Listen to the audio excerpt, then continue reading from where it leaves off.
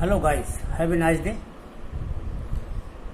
Design of tension member by limit state method as per IS 800 2007 ये है topic आज का। तो पहले हम शॉर्ट में इसके आज एक्चुअली हम एक एग्जाम्पल आपको एक्सप्लेन करने जा रहे हैं।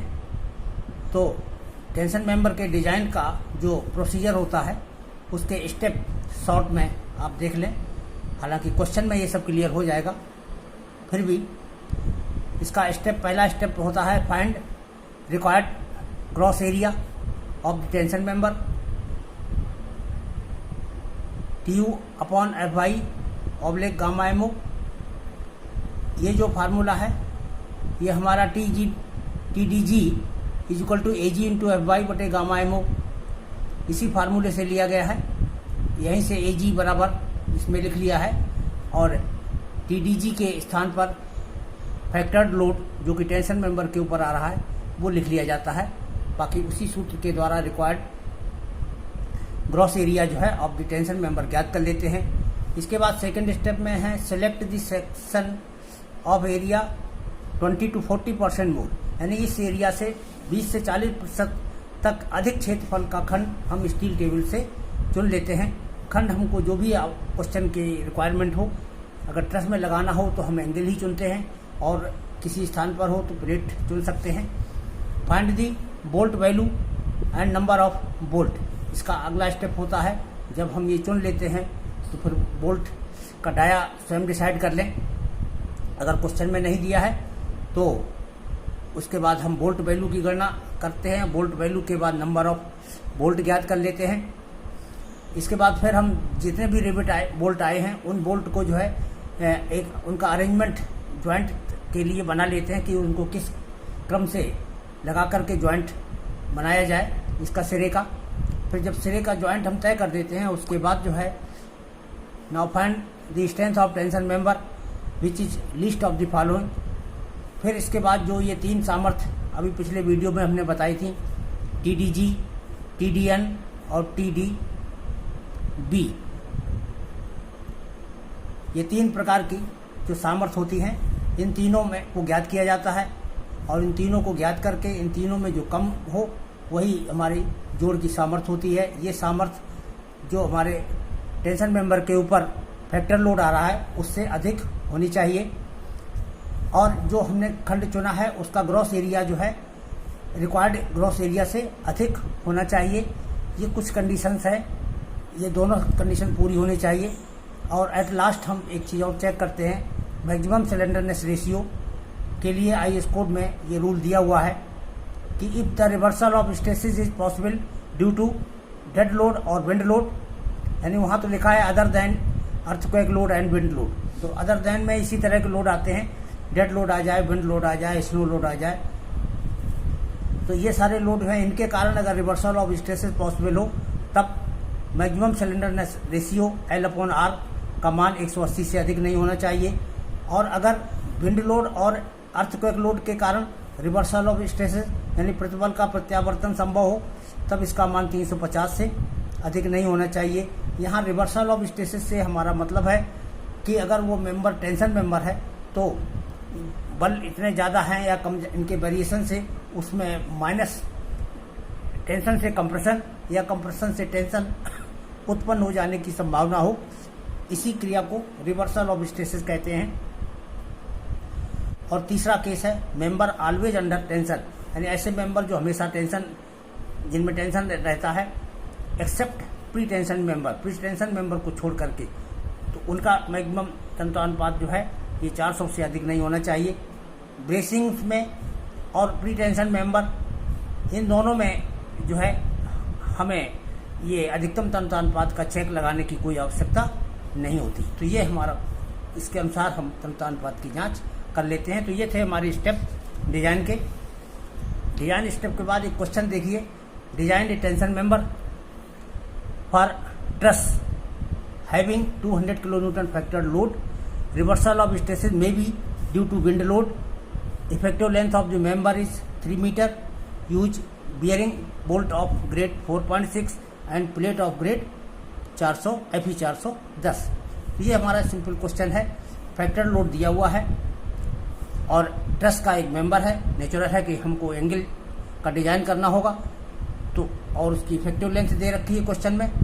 तो इसका सॉल्यूशन देखते हैं, कहाँ से स्टार्ट करेंगे। वही स्टेप जो पहला था, पहले स्टेप के अनुसार पहले तो हम बेसिक चीज़ें जो हैं डाया ऑफ रेविट हम यहीं एज्यूम कर लेते हैं। Assuming the angle section for truss and the bolt of dia 20 mm। तो इसमें बोल्ट जो है 20 mm डाया का हमने एज्यूम कर लिया है। डी 20 mm लिख लिया, DO इसका 22 mm हो गया, और T फैक्टर लोड जो है ये 200 किलोमीटर, ये जो क्वेश्चन में दिया है, क्वेश्चन के डाटा हमने यहाँ उतार लिए हैं। Net area of the bolt इसके बाद हम निकालेंगे A एंड B। इसकी जो वैल्यू होती है 0.78 इंटू ग्रॉस एरिया होता है, सेंक एरिया होता है। तो सेंक एरिया π/4 20 का स्क्वायर है, 0.78 से गुणा करेंगे तो 245 mm स्क्वायर। ये इसका नेट एरिया बोल्ट का हम पहले से ही निकाल कर रख लेते हैं, जहाँ कहीं भी आवश्यकता होगी हम सीधे सब्स्टिट्यूट कर देंगे। इसके बाद स्टार्ट होता है हमारा डिजाइन का स्टेप। डिजाइन स्टेप में gross area, required gross area जो है वो AG बराबर TU/F/, गामा MO सारी वैल्यूज मालूम है। TU 200 मालूम है, इसको न्यूटन में कन्वर्ट कर लिया, और ये F/, 250 है, और गामा MO जो है 1.1 है। यहाँ से हमने एरिया निकाल लिया।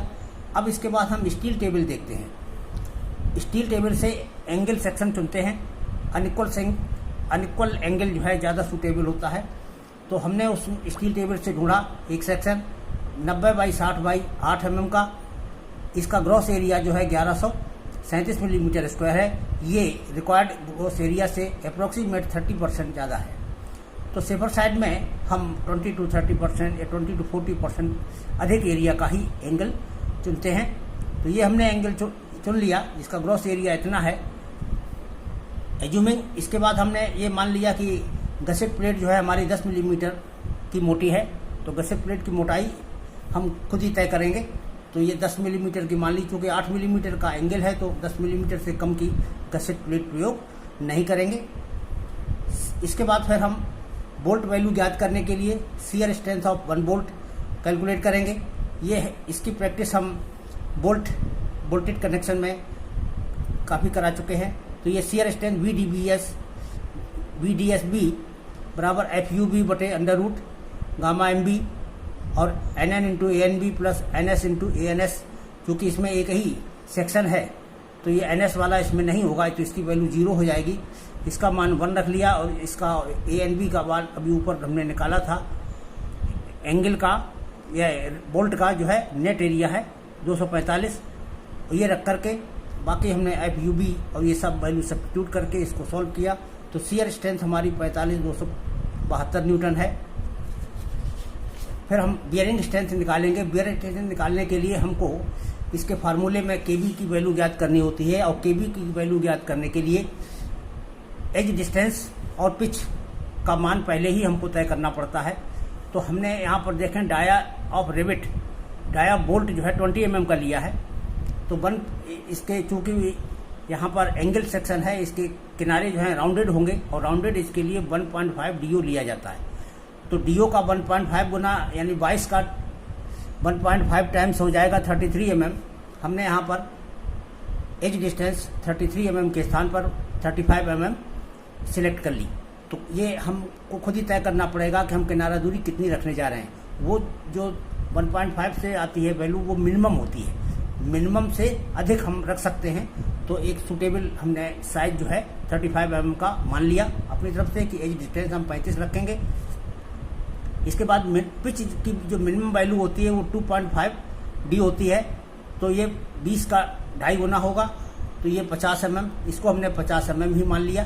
तो 50 mm की पिच रखी और किनारा दूरी 35 mm की रख करके KB की वैल्यू निकालने के लिए फार्मूला दिया हुआ है, least of E/3DO and P/3DO minus 0.25 comma FUB/FU and 1.0। इन 4 पदों में से जिसका मान कम हो उसी के बराबर KB की वैल्यू होती है।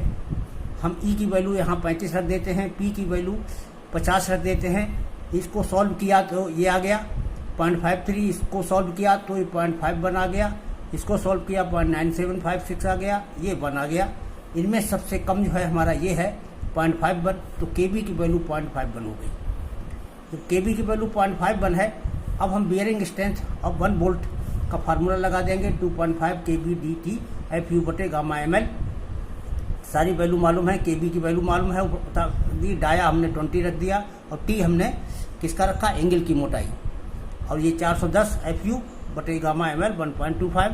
इसको सॉल्व किया तो ये हमारा 66,912 न्यूटन आया। जब हम दोनों को कंपेयर करते हैं बोल्ट वैल्यू के लिए, list of VDSB and VDPB, तो इन दोनों में हमारा जो शियर स्ट्रेंथ है वही हमारी कम है 45,272 न्यूटन। तो यही हमारी बोल्ट वैल्यू हो गई। जब बोल्ट वैल्यू हो गई तो उसके अगला स्टेप होता है नंबर ऑफ बोल्ट हम ज्ञात कर लें। ये फैक्टर लोड है 200 किलो न्यूटन का, न्यूटन में कन्वर्ट किया और बोल्ट वैल्यू से भाग लगाया, 4.4 आया। 4.4 को हम 5 राउंड फिगर में मान लेते हैं। ये 5 बोल्ट हमने प्रयोग किए हैं। अब 5 बोल्ट का यहाँ पर एक कनेक्शन आप रफली बना लीजिए। ये गसेट प्लेट है, ये एक एंगल इसके ऊपर रखा हुआ है और एंगल में ये 5 बोल्ट जो है लगे हुए हैं, 1 2 3 4 और 5। तो इस तरह से 5 बोल्ट का कनेक्शन है और प्रत्येक बोल्ट के बीच की पिच 50-50 की है और किनारा दूरी 35 की है। ये सब इसमें फिगर में आप दर्शा लीजिए। और ये जो जुड़ी हुई भुजा है ये हम बड़ी वाली भुजा मान लेते हैं 90 mm की, तो ये 90 mm की भुजा हो गई। इस तरह से ये हमारा फिगर बन गया है। अब इसके बाद हम इसमें चेक करते हैं लेंथ ऑफ जॉइंट क्या होती है। लेंथ ऑफ जॉइंट होता है कि हमारा यहाँ से यहाँ तक ये रिबिट लगे हुए हैं, सिरे के जो दोनों रिबिट हैं, यानी ये रिबिट इसका सेंटर और इस रिबिट का सेंटर, इनके बीच की जो दूरी है यही हमारी लेंथ ऑफ जॉइंट कहलाती है। इसको LC से रिप्रेजेंट करते हैं। तो देखिए इसके सेंटर से इसके सेंटर तक कुल कितना हो गया, ये 50, ये 50 50 50, यानी 4 बार 50 है, यानी तो 4 गुणे 50 बराबर 200 mm। तो LC की वैल्यू जो है हमारी 200 mm आ गई यहाँ से यहाँ तक की। तो ये हमने पहले LC कैलकुलेट कर लिया। इसके बाद देखिए एक रूल होता है कि LC का मान 15D से अधिक नहीं होना चाहिए। तो इसी को चेक करने के लिए हम 15D की वैल्यू निकालते हैं। 15 × D यानी 20, तो ये हमारा 300 mm हो गया। हमारा LC जो है 300 से कम है, इसका मतलब सुरक्षित है। तो ये हमारा सुरक्षित हुआ, इसमें हमको रिडक्शन फैक्टर की लगाने की आवश्यकता नहीं है। ये रिडक्शन फैक्टर शियर स्ट्रेंथ में लगाया जाता है। अब इसके बाद आगे देखिए स्ट्रेंथ ऑफ जॉइंट। अब हमारा जॉइंट तैयार हो गया। हमने जो हमारा लोड दिया था उसके अनुसार सेक्शन चुन लिया, हमने सेक्शन चुन करके उसका जॉइंट भी बना दिया है। अब हम इसकी स्ट्रेंथ की गणना करते हैं। तो इसकी वही तीनों स्ट्रेंथ जो हमने बताई थी पिछले वीडियो में। तो सबसे पहला क्या है, यील्ड स्ट्रेंथ है इसकी। तो इसकी यील्ड स्ट्रेंथ TDG है। TDG बराबर AG × FY बटे गामा एमओ होता है।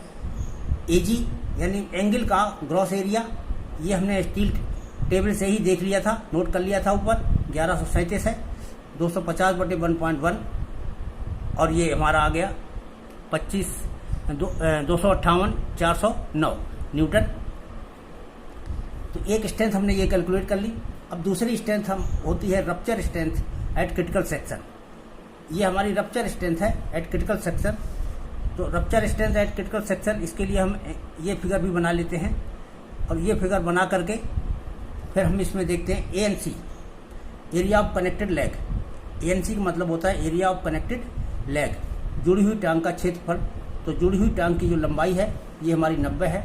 इसमें एक होल किया गया है, तो ये 22 mm ये घट जाएगा। होल का डाया 22 mm है और माइनस एंगल की जो मोटाई है T, ये T/2 और इसमें माइनस होता है। तो भुजा की लंबाई माइनस DO माइनस T/2, ये तो ब्रैकेट के अंदर हो गया, इंटू T। इससे हमारा ANC ज्ञात हो गया, एरिया ऑफ कनेक्टेड लेग, और ये हमारा 512 mm² आ गया। इसके बाद AGO होता है। AGO मतलब gross area of outer leg. तो आउटर लेग हमारी कितनी लंबाई है, 60 mm की है। मोटाई हमारी वही 8 mm की है। तो इसकी इफेक्टिव लेंथ कितनी है, 60 माइनस T/2 होता है।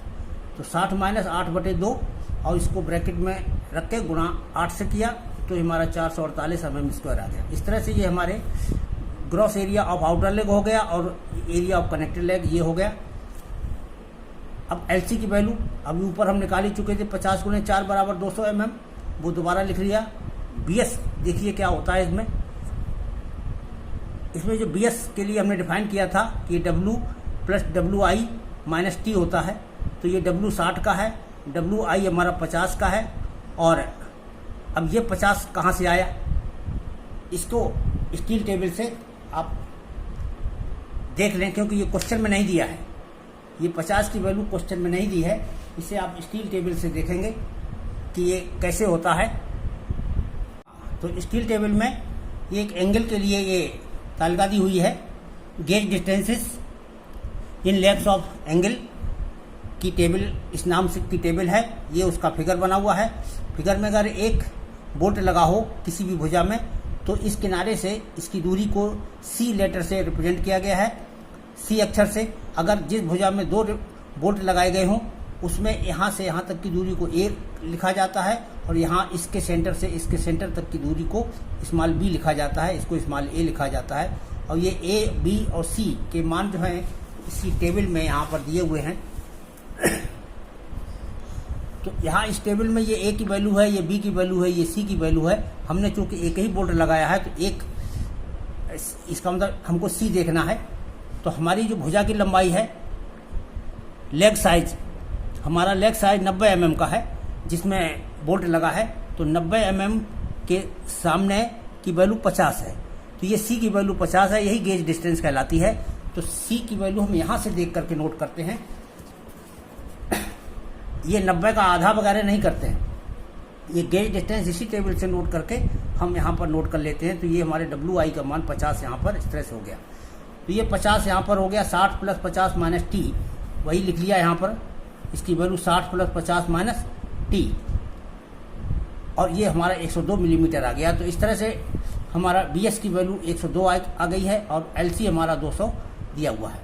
इन सबके ज्ञात कर लेने के बाद हम बीटा की वैल्यू जो है सॉल्व करते हैं।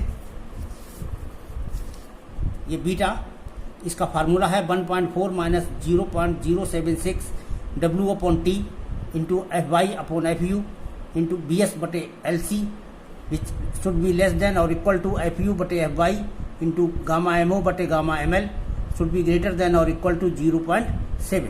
ये फार्मूला कोड में दिए गए हैं, आप कोड से ये फार्मूले नोट कर सकते हैं, और अगर याद हैं तो और अच्छा है। तो यहाँ पर इसमें हमने वैल्यू रखते चले जा रहे हैं। W हमारा 60 है, इसकी मोटाई T है 8 है, तो 60 बटे 8 हो गया। और ये FY बटे FU ये तो 250 बटे 410 ये है ही। और BS का मान 102 ऊपर अभी निकाला है, LC का मान 200 निकाला है। ये पूरे सारी वैल्यूज ज्ञात हो गई। यहाँ पर भी सब्स्टिट्यूट कर दिया हमने।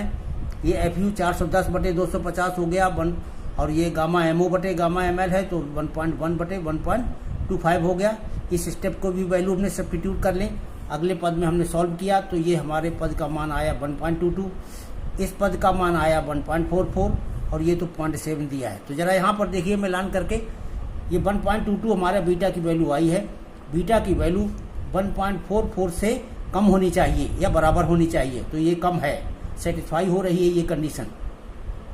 और इसका मान 0.7 से अधिक होना चाहिए, तो 0.7 से इसका मान अधिक है, ये भी सेटिस्फाई हो रहा है, अथवा बराबर होना चाहिए। तो 0.7 से अधिक है और इससे कम है, इसलिए ये बीटा की वैल्यू जो ज्ञात की है वो सही है। जब बीटा की वैल्यू ज्ञात हो गई, तो TDN का जो हम फार्मूला लगा देते हैं इसमें, TDN बराबर 0.9 ANC इंटू FU बटे gamma ML plus beta into AGO into FY बटे गामा MO। ये हमारे सारे ये फार्मूले एक सब कोड में है, और इनमें अब सारी वैल्यूज आप कैलकुलेट कर चुके हैं। ANC भी ऊपर ज्ञात कर चुके हैं, AGO भी ज्ञात कर चुके हैं, FU और FY ये दोनों हमको पहले से मालूम है, गामा ML और गामा MO ये भी हमको पहले से मालूम है। बीटा का वैल्यू हमने यहाँ पर कैलकुलेट कर ली है। हम यही सारी वैल्यू इस फार्मूले में सब्स्टिट्यूट कर देते हैं। तो जब हमने ये वैल्यू सारी सब्स्टिट्यूट की इसमें दोनों में, तो ये हमारा आ गया 275 360 न्यूटन। तो इस तरीके से ये हमारा TDN की वैल्यू यहाँ पर ज्ञात हो गई। TDN की वैल्यू ज्ञात कर लेने के बाद, हाँ, तो इसमें ब्लॉक शियर स्ट्रेंथ ज्ञात करने के लिए इसमें ABG, ABN, ATG और ATN इनकी वैल्यू ज्ञात करनी होती है। यहाँ देखिए ये हमारा एंगल है गसेट प्लेट के ऊपर रखा है। ये जहाँ पर बोल्ट लगे हुए हैं, यहाँ से लेकर यहाँ तक और यहाँ से यहाँ तक, इस सेक्शन पर ये एंगल जो है हमारा टूट करके ये हिस्सा इसका अलग हो सकता है। यानी बाकी इधर जो हमने तिरछी लाइन से दिखा रखा है शेडेड वाला पोर्शन, ये खिंच करके बाहर को चला जाएगा। तो हमारा ब्लॉक शियर का फेल्योर का जो तल है वो यहाँ से यहाँ और यहाँ से यहाँ तक का है।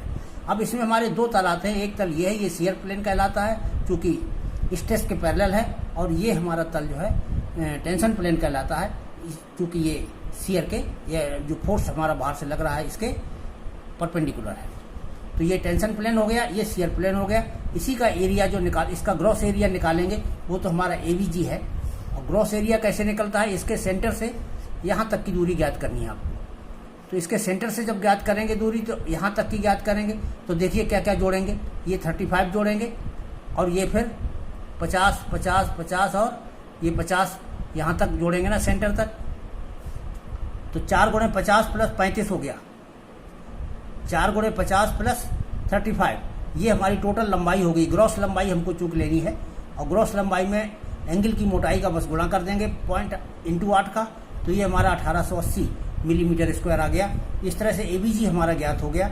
अब यहीं पर हम एबीएन ज्ञात कर लेते हैं, net area, net shear area. तो शियर एरिया का नेट एरिया कितना होगा, ये शियर प्लेन का नेट एरिया। नेट एरिया में इसमें हमको जो होल है किए गए हैं इनका एरिया घटाना होगा। तो होल, जब हम ये चौड़ाई यहाँ से यहाँ तक की लिखते हैं तो ये हमारी 35 + 4 × 50, ये हमने वैसे लिख लिया। 35 + 4 × 50, ये यहाँ से यहाँ तक पूरा का पूरा हो गया। अब इसमें से माइनस कितना करना है, एक डाया ये माइनस करना है, ये दूसरा ये करना है, तीसरा ये, चौथा, यानी 4 तो पूरे डाया माइनस करने हैं। और यहाँ ये चूँकि दूरी कहाँ तक जाती है, ये होल के सेंटर तक ही जाती है। तो सेंटर से आधा होल केवल आ रहा है, इसलिए 0.5 होल ये हो गया। तो 4.5 हमारे टोटल डाया हो गए। तो 4.5 × डाया ऑफ होल ये माइनस कर दिया जाएगा इस पूरी लंबाई में से, और फिर उसको ब्रैकेट में बंद करके उसमें मोटाई का गुणा कर देंगे। तो ये हमारा नेट एरिया ज्ञात हो जाएगा, जिसको कि एबीएन कहते हैं। ये हमारा 1088 मिलीमीटर स्क्वायर आ गया। अब इसके बाद नेट एरिया, इसका टेंशन प्लेन का भी हम एरिया देख लें, ग्रॉस एरिया इसका। ये भुजा पूरी हमारी 90 की है। ये बोल्ट यहाँ से यहाँ कितनी दूरी पर लगा है, 50 की दूरी पर लगा है। तो इसमें से 50 कम कर दीजिए, तो ये बची हुई दूरी कितनी हुई, 40 की हो गई। तो 90 - 50 ऐसे ही लिख लो डायरेक्ट। ये 40 हो गया। 90 - 50, ये टोटल दूरी जो है हमारी 40 की है, या 90 - 50 लिखें इसको। 90 - 50 × 8 मोटाई से गुणा करते हैं, तो ये ATG यानी gross area of tension plane हो गया। और ये हमारा net area of tension plane जब निकालेंगे तब इसमें इसी 90 - 50 तो हम लिखेंगे ये पूरी दूरी। अब इसमें से होल कितना आ रहा है, केवल आधा होल इसके अंदर आ रहा है, ये वाला आधा होल आ रहा है। तो 0.5 × डाया ऑफ होल ये माइनस करेंगे। तो 0.5 × डाया होल माइनस करने से ये हमारा बच के, और ब्रैकेट में फिर 8 से गुणा कर देंगे मोटाई का। तो नेट एरिया हमारा 232 मिलीमीटर स्क्वायर आ गया। इस तरह से हमारे यहाँ के हमने ग्रॉस एरिया और नेट एरिया, यहाँ का ग्रॉस एरिया और नेट एरिया, ये हमने यहाँ पर सबसे पहले कैलकुलेट कर लिए ब्लॉक शियर स्ट्रेंथ ज्ञात करने के लिए। अब इसके बाद कोड में 2 फार्मूले दिए हुए हैं यहाँ पर ब्लॉक शियर स्ट्रेंथ निकालने के लिए, जिसमें पहला फार्मूला जो है वो TDB1, इसको हमने 1 सफिक्स दे दिया है क्योंकि 2 फार्मूले थे, एक को 1 लिख दिया, एक को 2 लिख दिया है। हालांकि कोड में ये 1 और 2 सफिक्स नहीं लगे हुए हैं। फार्मूला वहाँ दिया है ABG × FY / √3 gamma MO + 0.9 ATN × FU / gamma ML। बस ऊपर से ये सारी वैल्यू सब्स्टिट्यूट कर दो। यहाँ पर देखिए ABG है, हम निकाल चुके हैं। FY और गामा MO हमको पहले से पता होते हैं। इसमें खाली ATN है, वो ATN हम यहाँ से निकाल लेते हैं। यहाँ को वैल्यू सब्स्टिट्यूट कर दी। FU और गामा ML जो है ये हमको पहले से मालूम है। और इसके बाद जो है ये सारी वैल्यू सब्स्टिट्यूट की, ये हमारे आ गई 315 172 न्यूटन। इसके बाद दूसरा हम स्ट्रेंथ निकाल लेते हैं। और ये जो एक्चुअली जो ये स्ट्रेंथ होती है हमारी shear yield and tension rupture, ये होती है यहाँ पर देख लें, शियर यानी शियर में तो यील्डिंग होती है और टेंशन में रप्चर होता है। और जो दूसरा फार्मूला है वो हमारा शियर में रप्चर होता है और टेंशन में यील्ड होता है। तो shear rupture and tension yield का दूसरा वाला फार्मूला है 0.9 इंटू ABN इंटू FU बटे √3 gamma ML plus ABG into FY बटे गामा MO। इसमें ABN और ATG ये दोनों आए हैं, इन दोनों के मान हम यहाँ निकाल चुके हैं। यहाँ पर सब्स्टिट्यूट करेंगे वैल्यू और ये FY FU के वैल्यू रखेंगे, गामा ML गामा MO रखेंगे। इसको सॉल्व करके ये हमारा 258 और 159 न्यूटन ये वैल्यू आ गई। इसके बाद क्या होता है कि ब्लॉक शियर स्ट्रेंथ जो होती है TDB के मान, ये जो TDB1 और TDB2 ये जो दोनों वैल्यू आई हैं दो फार्मूलों से, इन दोनों में जो कम वैल्यू हो वही TDB कहलाता है, यानी list of TDB1 and TDB2। तो इन दोनों में हमने कंपेयर किया, ये 258 किलो न्यूटन के बराबर है ये, और ये 315 किलो न्यूटन है। तो फिर ये हमारा कम 258 वाला हुआ, तो इसी वैल्यू को हमने उतार लिया, ये TDB की वैल्यू हो गई। अब हमारे पास ये तीनों वैल्यूज आ गई। कौन कौन सी? एक तो TDG सबसे पहले हमने ज्ञात किया था, फिर TDN ज्ञात किया था, और अब ये TDB हो गया।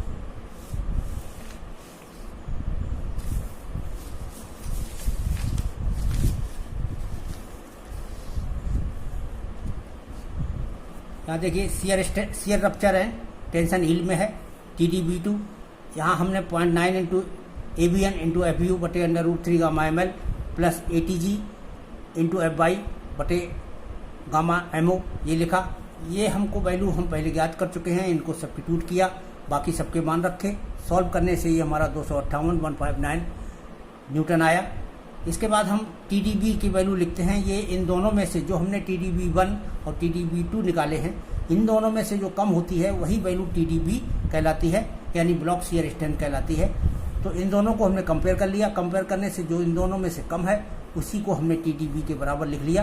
तो ये हमारा 258 159 न्यूटन के बराबर आ गया। अब इसके बाद हम देखते हैं कि स्ट्रेंथ ऑफ जॉइंट निकालने के लिए हमको ये तीनों सामर्थ्य फिर से एक बार देखना होगा कि TDG की वैल्यू कितनी आई थी, पीछे पलट कर देख लेंगे, TDN का मान देख लेंगे और TDB जो यहाँ पर आया है, इन तीनों को कंपेयर करेंगे। तीनों को कंपेयर करने से जो इन तीनों में सबसे कम हो वही हमारी स्ट्रेंथ ऑफ जॉइंट कहलाती है। हमने जब कंपेयर किया तो ये पाया कि हमारा जो ये ब्लॉक शियर स्ट्रेंथ है यही हमारी सबसे कम है, तो इसी को हमने लिख लिया। ये जॉइंट की सामर्थ्य हो गई, स्ट्रेंथ ऑफ जॉइंट हो गया 258 159 न्यूटन, यानी 258 किलो न्यूटन, जिसका मान 200 किलो न्यूटन से ज़्यादा है। इसलिए हमारा खंड, चुना गया खंड जो है सुरक्षित है। तो चुना गया खंड देखो थोड़ा सा बड़ा हम इसलिए रखते हैं कि जितना लोड आ रहा है ठीक उतना ही के बराबर सामर्थ्य का अगर हम खंड चुन लें तो कभी भी ये लोड तो किसी भी स्थिति में घट बढ़ सकते हैं। अचानक कोई लोड किसी कारण से बढ़ जाए तो कहीं फेल ना हो जाए सेक्शन, इसलिए हम सेफ्टी लेकर के चलते हैं। कुछ उस जितना लोड दिया गया हो उससे कुछ ज़्यादा मजबूत खंड ही चुनना चाहिए।